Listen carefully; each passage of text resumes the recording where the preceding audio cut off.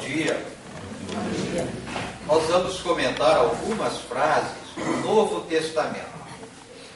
São frases chamadas também de versículos. E nós iniciamos com uma frase que está no Evangelho de Marcos.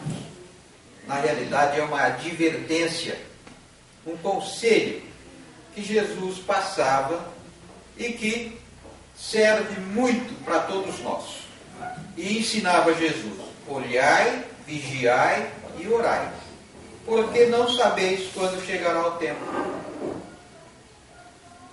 Olhai, vigiai e orai se encontra em outras passagens evangélicas, principalmente no Evangelho de Mateus.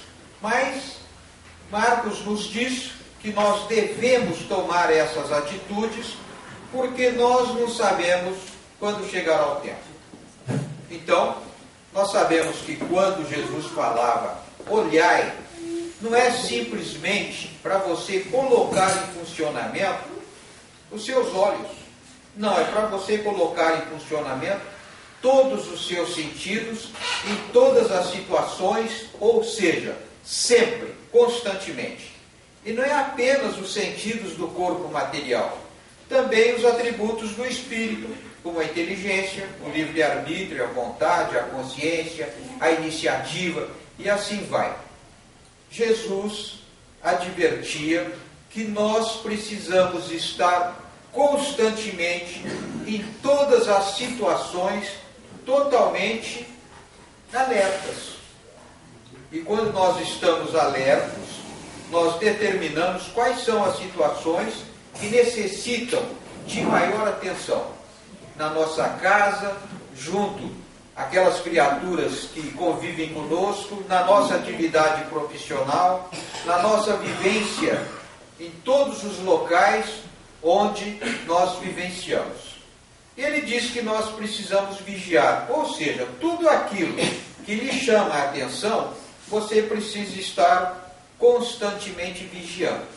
Nos lembramos, por exemplo, uma coisinha muito simples, é a dor.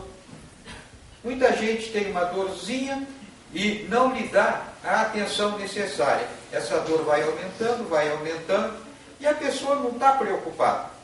Ela só vai procurar o médico quando aquela dor já se transformou num problema muito grande. Enquanto ele era pequenininho, ela não lhe deu a devida atenção. Mas Marcos nos diz também que depois que nós olhamos, vigiamos, nós precisamos orar. Essa advertência de orar é para nós mantermos viva a nossa ligação com o mundo espiritual. Nós sempre, o mundo espiritual, ele me acompanha, está sempre ao meu lado. É claro que nós pensamos dessa maneira e quase sempre ocorre dessa maneira.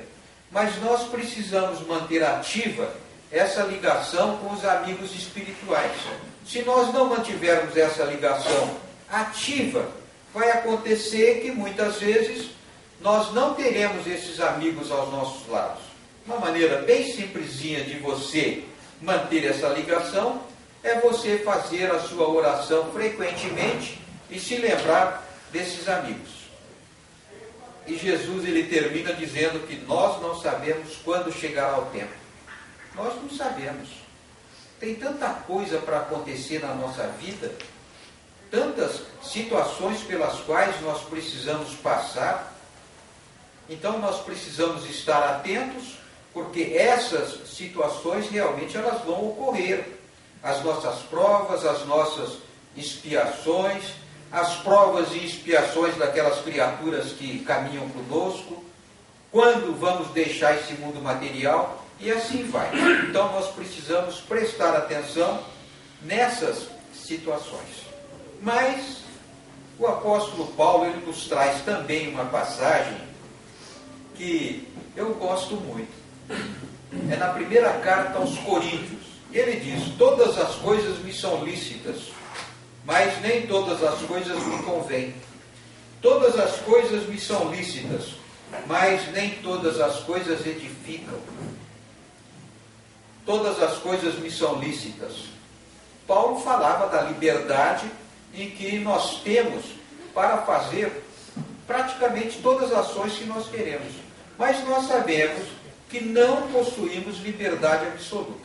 Se alguém imagina que possui todo... Não possui não. Essa nossa liberdade ela é bem restrita, mesmo porque nós precisamos viver junto com outras pessoas. Nós não produzimos o nosso alimento, não produzimos a nossa roupa, não produzimos um monte de coisa. Então nós precisamos daquelas pessoas que contribuem com sua parcela de trabalho, nos fornecendo todas essas coisas. Mas ele continua dizendo, mas nem todas as coisas me convêm. Nós precisamos analisar com cuidado tudo que ocorre à nossa volta, tudo aquilo que nós queremos fazer, para saber se realmente nós queremos aquilo, se realmente aquilo me convém. Então, é através do exercício, do uso do nosso livre-arbítrio que nós vamos aprendendo a definir o que convém e o que não convém. E ele continua dizendo, todas as coisas me são lícitas, eu posso fazer o bem, posso fazer o mal, mas nem todas as coisas edificam. Tem muita coisa na nossa vida que nós até podemos fazer, mas não edificam coisa nenhuma. Aí nós precisamos usar a nossa consciência. Mas Mateus ele nos traz uma passagem interessante também. Jesus dizia, ajuntai tesouros no céu. E nós ficamos imaginando, puxa, como é que eu vou fazer para juntar tesouros no céu? Esse ensinamento de Jesus é para nos alertar que nós não podemos apenas ajuntar bens materiais. Nós temos que ter o equilíbrio para ter bens materiais, precisamos de bens materiais porque nós estamos no mundo material, mas nós precisamos ajuntar também os bens do Espírito, e são exatamente os bens do Espírito que nós levamos para o mundo espiritual. Se nós ajuntarmos muitos bens do Espírito, nós vamos levar muita coisa. Ou seja, nós vamos levar aquilo que diz respeito à nossa evolução moral, aquilo que diz respeito à nossa evolução intelectual. Só isso.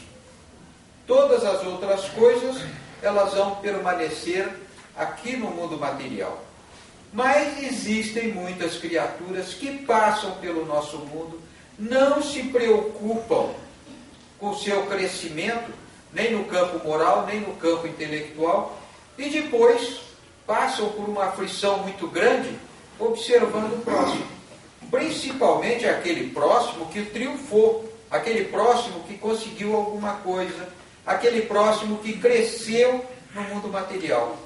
A pessoa que faz isso, ela simplesmente demonstra uma inveja muito grande, uma revolta muito grande, uma ambição muito grande, e assim vai. Ela se esquece que realmente no nosso mundo, todos estamos passando por provas. Existem provas que são mais fáceis, existem provas que são mais difíceis. A prova da beleza física, por exemplo, é uma prova muito difícil. Não é uma prova simples, não. A prova do poder temporário é uma prova muito difícil. E nós percebemos que muitas criaturas que passam pela prova do poder não se dão bem com essa prova. Algumas outras passam pela prova da fortuna, propriedades e assim vai. São sempre provas muito difíceis. E as criaturas, quando passam por essas provas, se não tiver muito cuidado, se não olhar, se não vigiar, se não orar, ela não suporta essas provas. Algumas pessoas, é claro, passam por essas provas com a maior tranquilidade. São criaturas que se prepararam no mundo espiritual e que aqui procuram vivenciar os ensinamentos colhidos no Evangelho. Mas nós temos no Evangelho de Mateus uma passagem que diz assim: eu, porém, vos digo que não resistais ao mal. É para nós não resistirmos ao mal. Muitas pessoas não compreendem exatamente esse ensinamento de Jesus. Muitas pessoas acham que nós não devemos fugir do mal, que nós não devemos se esconder das coisas ruins que nos alcançam. Não, Jesus não está falando isso. Aliás, nós temos o nosso instinto de conservação, e esse nosso instinto de conservação nos leva a fugir das coisas ruins, nos leva a fugir daquelas pessoas que querem nos fazer mal. E isso é uma obrigação que nós temos. O que Jesus fala é que nós não devemos retribuir violência por violência. O melhor exemplo que nós conhecemos dessa passagem é de Gandhi, do Mahatma Gandhi, lá da Índia. Existe uma passagem na vida do Gandhi que nos mostra exatamente como deveria ser o nosso comportamento.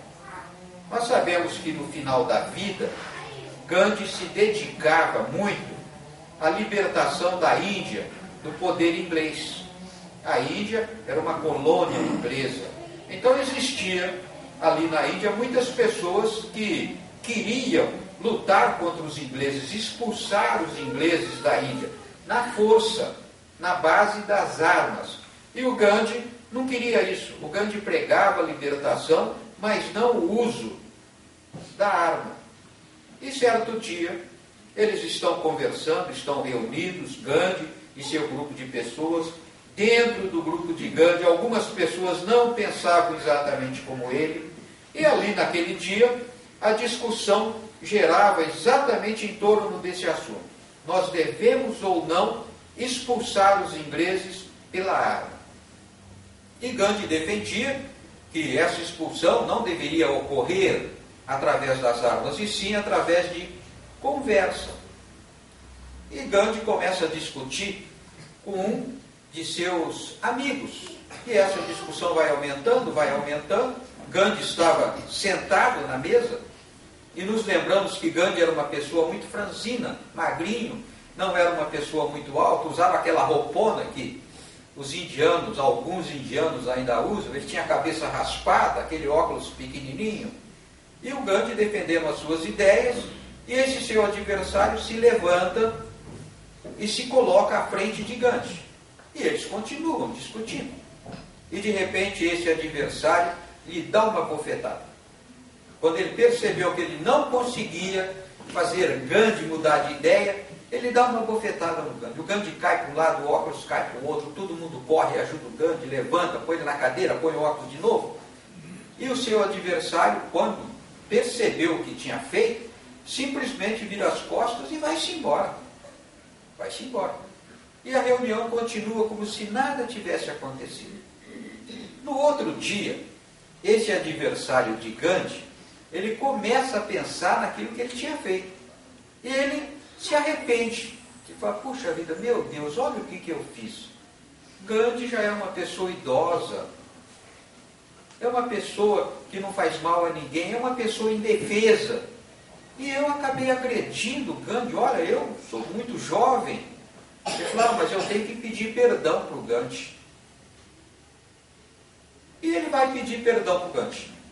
Ele vai até onde Gandhi se encontrava e chega lá, Gandhi, eu vim aqui, eu quero lhe pedir perdão. E o Gandhi olha para ele e não fala nada. Gandhi, eu vim aqui, eu me arrependi profundamente e eu vim lhe pedir perdão. E novamente o Gandhi dá uma olhada para ele e não fala nada. Ele vira as costas e vai-se embora. E aí ele procura um amigo comum, um amigo que era amigo dele e amigo do Gandhi, e conta a história. Fala, olha, eu procurei o Gandhi não quis me perdoar. O Gandhi não quis nem conversar comigo. E esse amigo então fala, olha, mas eu conheço o Gandhi não é disso, o Gandhi não guarda mágoa de ninguém. Deixa, amanhã nós vamos lá conversar com o Gandhi. E realmente no outro dia, eles foram conversar com o Gandhi.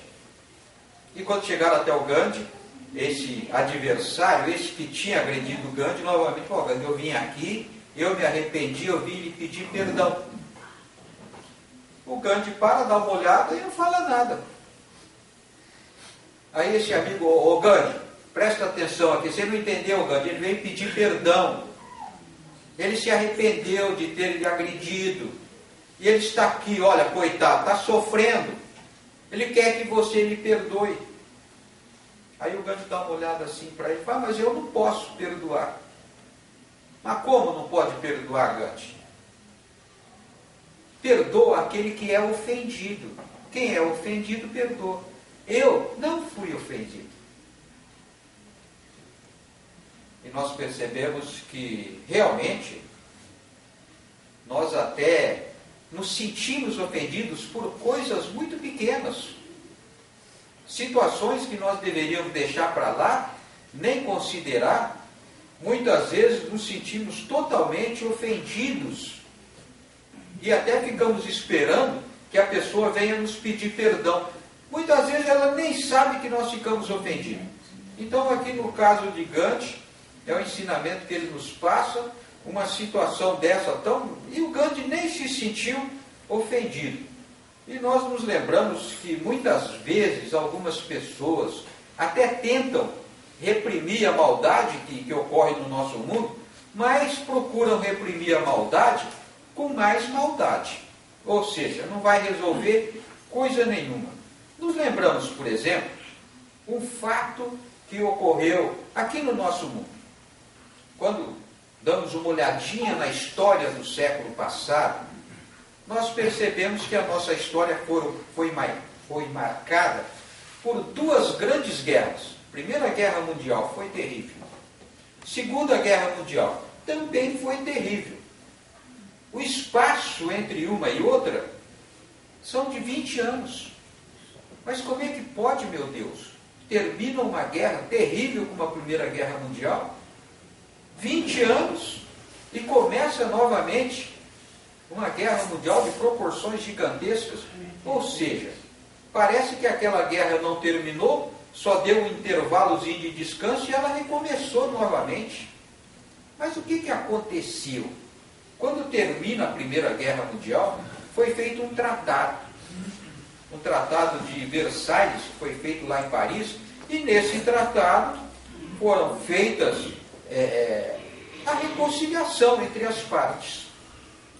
Nós nos lembramos de uma coisinha interessante. Quando ocorre uma discussão entre duas pessoas, quando ocorre uma luta entre cidades, entre países, entre povos, para haver a reconciliação, para as partes envolvidas se reconciliarem, tem que haver o perdão. Em todas as lutas, em todas as discussões, não existe vencedores.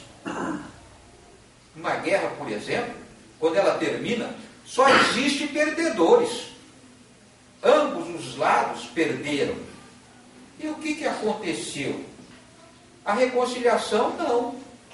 Porque não ocorreu o perdão entre aqueles países que iriam continuar vivenciando um ao lado do outro. Bem, é claro que esse tratado, ele pôs algumas situações terríveis aos perdedores, multas altíssimas, deveres muito grandes. Então termina a Primeira Guerra Mundial, veio o Tratado de Versalhes, e os perdedores se veem com deveres quase sem condição de cumprir. O que é que fizeram? Começaram a se preparar para uma Segunda Guerra. Então nós percebemos que no nosso mundo, infelizmente, isso é bastante comum. Reconciliação sem perdão incondicional dos dois lados, isso não acontece. Mas nós encontramos uma passagem em Atos dos Apóstolos. E essa passagem ela diz assim: levanta-te sobre os teus pés. Essa frase foi uma frase pronunciada por Paulo. Paulo estava na cidade de Listra, Paulo e Barnabé, e nos lembramos que no início do cristianismo, aquelas pessoas, quando chegavam nas cidades, elas procuravam a sinagoga, procuravam aquelas pessoas que professavam o judaísmo, e quase sempre lhes era permitido que eles falassem dentro das sinagogas. E assim aconteceu com Paulo. Eles estavam em Listra, procuraram a sinagoga, e lhes foi permitido falar nas sinagogas. E eles falaram 1 dia, 2 dias, 3 dias, Mas aqueles dirigentes da sinagoga logo perceberam que eles não estavam exatamente falando do judaísmo. Aquilo que eles falavam, aquelas pessoas não compreendiam como uma continuação do judaísmo. Eles falavam num Deus que era o Deus de todo mundo. O judeu acreditava que o Deus era um Deus particular. Ou seja, não demorou muito, aquelas pessoas dirigentes da sinagoga não permitiram mais que Paulo e Barnabé e tantos outros apóstolos, outros discípulos de Jesus, falassem dentro de sua sinagoga. E Paulo foi para a rua. E Paulo falava na rua. Paulo ficava na rua e ele falava e as pessoas iam se ajuntando e eles conversavam com aquelas pessoas e falavam sobre os ensinamentos do Cristo. E certo dia Paulo está conversando com aquelas pessoas e aparece um senhor, ou melhor, alguém traz esse senhor. Era um paralítico, ele não conseguia andar. Alguém traz esse paralítico. E Paulo olha para aquele paralítico e ele fala para ele: levanta-te direito sobre os teus pés. E esse paralítico, com algum esforço, consegue se levantar e dá os primeiros passos, ou seja, sai andando. Aquelas pessoas que assistiram a esse episódio passaram a adorar Paulo, passaram a adorar Barnabé. E aquele público que não era tão numeroso começou a aumentar. As pessoas vinham ouvir Paulo, vinham ouvir Barnabé. Mas isso trouxe uma inveja muito grande ao judeu lá da sinagoga. E eles conseguiram expulsar Paulo e Barnabé da pequena cidade de Listra. Aliás, eles foram apedrejados. E conseguiram sair com vida, uma dificuldade muito grande. Mas, quando nós lemos essa passagem, nós sempre nos lembramos de uma coisinha interessante, né? Aquele aleijado deficiente. Deficiente, nós podemos dizer que tem aqueles deficientes que nós enxergamos. São os deficientes do corpo físico. Alguns não andam, outros não têm o braço e assim vai. Mas nós temos um outro tipo de deficiente. O deficiente que nós enxergamos, ou seja, o deficiente do espírito. Nós enxergamos o corpo material, parece que não tem nada. Mas espiritualmente aquela pessoa realmente está com um problema muito sério. Jesus passou pelo nosso mundo e ele curou muita gente. Mas muitas daquelas criaturas que foram curadas por Jesus, elas voltavam a enfermar de novo. Elas ficavam doentes outra vez. Ou seja, elas saravam por um determinado período e depois voltavam à situação anterior. O que é que aconteceu? Jesus curava o corpo material. E quando ele curava, ele dizia: vai e não peques mais. A pessoa ia e continuava pecando. A doença voltava. Isso é para nos alertar que nós temos predisposições para determinadas doenças. Nós trazemos essa predisposição.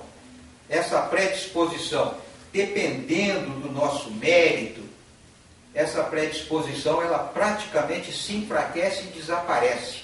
Uma predisposição enorme, ela pode se manifestar muito pequena. E quando a pessoa não tem mérito nenhum, aquela predisposição, ela vai se manifestar exatamente como previsto. E aí nos lembramos uma pequena história que o Chico contava. O Chico contava que ali frequentando a casa espírita, existia um senhor, e era uma pessoa muito boa. Ajudava o próximo, fazia muito bem aquelas criaturas necessitadas, ou seja, era um homem bom. Era um ótimo homem. Cumpridor dos seus deveres, tudo direitinho. E ele tinha uma marcenaria, ele fazia móveis, ele fabricava móveis. E certo dia, ele está ali fabricando seus móveis, trabalhando. E aquela serra circular, ele deu e a serra cortou a ponta dos dedos dele. Levou metade de 2 dedos, cortou. E ele perdeu os dedos. Ele ficou extremamente magoado. Nossa, mas como é que pode acontecer isso comigo? eu sou uma pessoa tão boa, faço tanto bem, ajudo tanto o próximo, e olha, como é que Deus permitiu que isso acontecesse comigo? Tanta gente ruim por aí, não acontece nada com eles. E ele até deixou de ir no centro espírita. Também não quero saber mais. Agora eu já não vou ajudar ninguém, não vou fazer nada mais. E passou um tempo, e ele devagarinho foi voltando novamente à casa espírita. Foi voltando. E certo dia, o Chico recebe uma mensagem para esse senhor. O que dizia a mensagem? A mensagem dizia que esse senhor, em sua encarnação passada, ele tinha sido um grande proprietário lá no norte de Minas. E ele tinha muitos empregados e tinha também muitos escravos. E que algumas vezes ele impunha castigos muito pesados aos seus escravos. E alguns escravos chegaram a perder o braço naquela máquina de moer cana, de tão mal que era esse homem. Esse homem desencarna, vai para o mundo espiritual. No mundo espiritual ele passa por dificuldades, reconhece tudo aquilo que fez de errado, e ele queria se reconciliar com a justiça divina. Para reconciliar com a justiça divina, ele propôs retornar ao nosso mundo e ter uma programação reencarnatória com grandes oportunidades de ajudar o próximo. Mas em determinada fase da sua vida, ele iria também perder o braço. Era essa a programação reencarnatória desse senhor. Ele veio para o nosso mundo e realmente começou a ajudar o próximo. Ou seja, cumprir a sua programação. Mas cada vez que ele ajudava o próximo, aquela sua expiação terrível de perder o braço, ela ia diminuindo. Não é castigo a expiação. A expiação é um aprendizado. Então aquele senhor ia aprendendo que ele não devia prejudicar o próximo. Então quando chegou a hora em que ele iria perder o braço, não tinha mais necessidade dele perder o braço. Mas ele ia passar pela expiação, ou seja, perdeu apenas os dedos. É assim que vai acontecer conosco. Esse homem, quando ele soube dessa história, ele percebeu que realmente ele perdeu o dedo, mas estava se reconciliando com a justiça divina. E aí nos lembramos daquela outra passagem, hein? Nós também precisamos nos levantar sobre os nossos pés. Nós precisamos caminhar com os nossos pés. Mas é uma passagem de Paulo aos Romanos.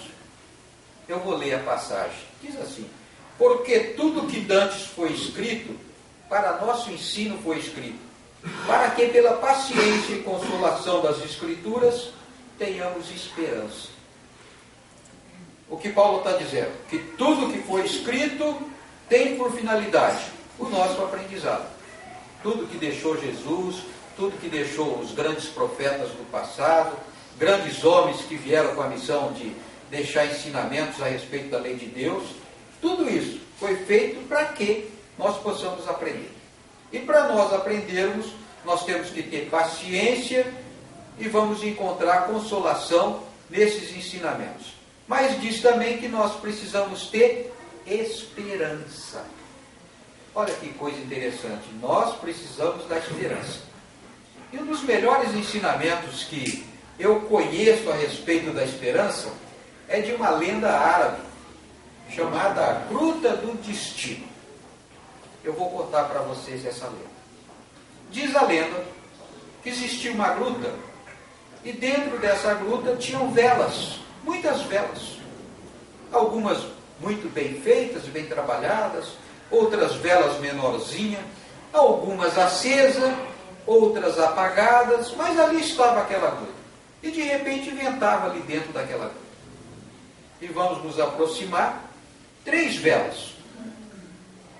E essas velas estavam conversando entre si. Aí, uma vela é uma lenda. Na lenda pode.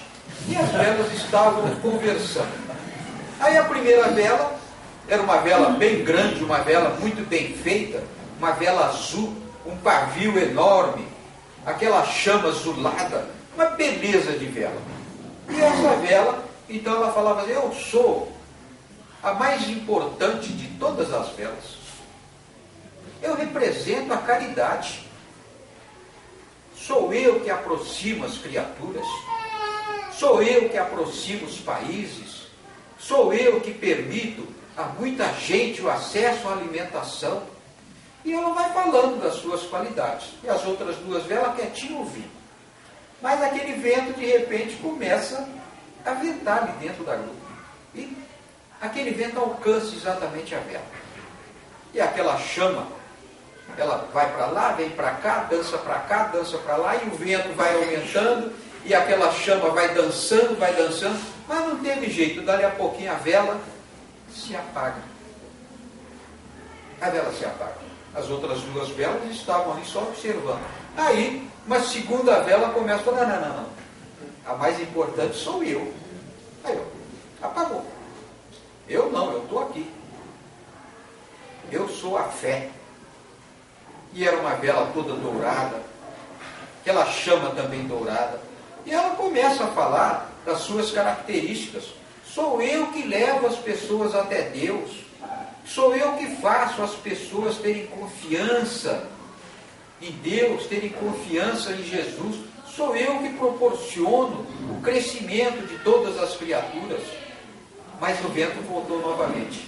E o vento alcança exatamente aquela vela que se chamava fé.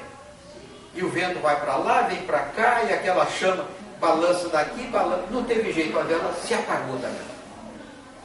A vela se apagou.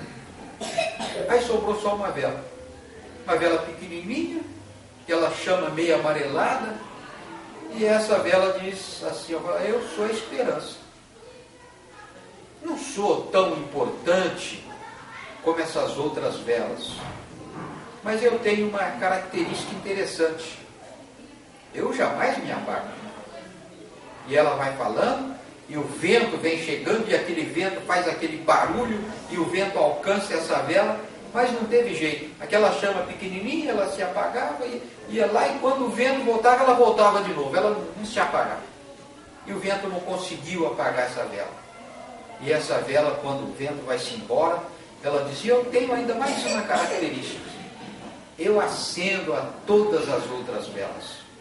E à medida que ela ia falando, as outras velas iam se acendendo. Essa lenda, a gruta, aonde estavam as velas, é o nosso coração. As velas são as virtudes que nós carregamos conosco. Algumas virtudes totalmente acesas e outras virtudes se apagando, ainda não se acenderam. O vento, as dificuldades, e nós sabemos que nós passamos por muitas dificuldades. Algumas pessoas realmente têm virtudes, de repente chega as dificuldades, parece que ela esquece de tudo aquilo. Nós conhecemos muitas pessoas que falam assim, quando eu era mais jovem, eu acreditava em muita coisa, eu frequentava uma casa religiosa, agora eu não frequento mais não. Isso é besteira. A fé dela se apagou. Algumas pessoas, eu fazia muita caridade, mas não adiantou nada. Então aquela virtude também se apagou. Então, as dificuldades da vida faz com que essas nossas virtudes, elas se apaguem. Mas a esperança, essa não pode se apagar jamais. Quem tem um pouquinho de esperança, tanto nos momentos difíceis como nos momentos de alegria, essa esperança vai estar sempre presente. E é a esperança que vai fazer com que as outras virtudes possam crescer. Então nós não podemos jamais deixar que se apague a esperança dentro de nossos corações. Vocês não deixam não, né? Não podemos, de maneira nenhuma, esquecer que o mais importante é a esperança. Passamos por dificuldades, passamos por incompreensões, mas a esperança tem que permanecer sempre acesa. A esperança é que nos dá estímulo para nós continuarmos caminhando, continuarmos aprendendo. E o Evangelho nos ajuda a adquirir essa esperança. Mas nós ainda temos mais uma passagem antes de terminar o nosso tempo. O reino de Deus não vem com aparência exterior. Isso aí Jesus falava constantemente. O reino de Deus não vem com aparência exterior. Se alguém está esperando que o reino de Deus ele vai aparecer com um anjinho na frente tocando trombeta, revoada de anjo para todo lado, não vai acontecer nada disso. Não adianta você botar roupa brilhante, não adianta você criar uma série de rituais, não adianta você criar sinais exteriores, os mais diversos, não adianta você fazer penitência, não adianta nada. O reino exterior, ele não vem com aparência exterior. Ele não vai alcançar o exterior. Nós nem percebemos quando chega esse reino de Deus. Mas como é que vem o reino de Deus então? Se não vem com aparência exterior, ele vem como? O reino de Deus vai ocorrer dentro da criatura. A criatura, ela vai sentir no seu íntimo essa modificação, a chegada do reino de Deus. E só vai ocorrer quando a criatura estiver pronta. E ela não ocorre ao mesmo tempo para todo mundo. Ela ocorre, hoje ocorre para um, amanhã ocorre para outro, e depois ocorre para outro. Ou seja, nós precisamos constantemente procurar Deus durante toda a nossa vida. Com toda certeza, Deus também vai nos achar. Agora, se nós estamos procurando Deus nas coisas materiais, vai ser difícil. Então nós precisamos procurar Deus em nós. Nós precisamos fazer alguma coisa para que Deus nos encontre. Eu sempre lembro uma passagenzinha interessante lá no livro Nosso Lar. Vocês já leram Nosso Lar, não? O livro? Então o Nosso Lar, ele nos conta que André Luiz, ele desencarna, vai para o mundo espiritual, e lá no mundo espiritual ele está passando por uma dificuldade danada. Ele ficou 8 anos passando pelo umbral. Depois de muito sofrimento, ele reconhece que existe um Deus, ele se lembra de Deus. Demorou 8 anos para ele se lembrar de Deus. E ele faz orações e a ajuda chega. Quando a ajuda chega, ele pergunta: puxa, mas vocês demoraram assim tanto tempo para me encontrar? E a resposta: não, nós não demoramos nada para te encontrar. Nós sempre sabemos onde você estava.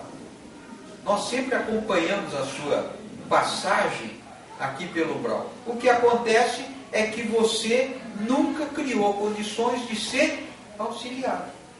Quando você criou condições, você foi auxiliado. Conosco também é assim. Nós queremos ser auxiliados, mas nós não criamos condições de ser auxiliados.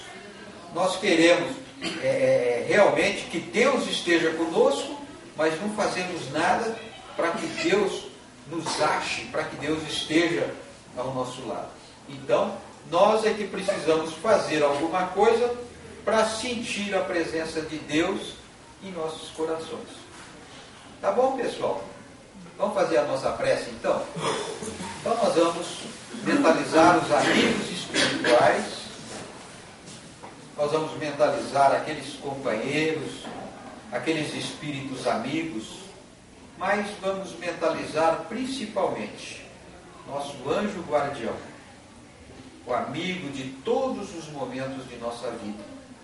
E nós, encarnados, desencarnados, nós vamos unir nossos pensamentos, nossas vibrações amorosas e vamos buscar Jesus, companheiro de nossas vidas, pastor de nossas almas. E vamos agradecer a Jesus por esta manhã em que estamos nesta casa de Deus, esta manhã em que temos ao nosso lado tantas criaturas bondosas. E vamos pedir a Jesus que proporcione a todos nós a oportunidade de termos sempre ao nosso lado essas criaturas que nos auxiliam na travessia do mundo material.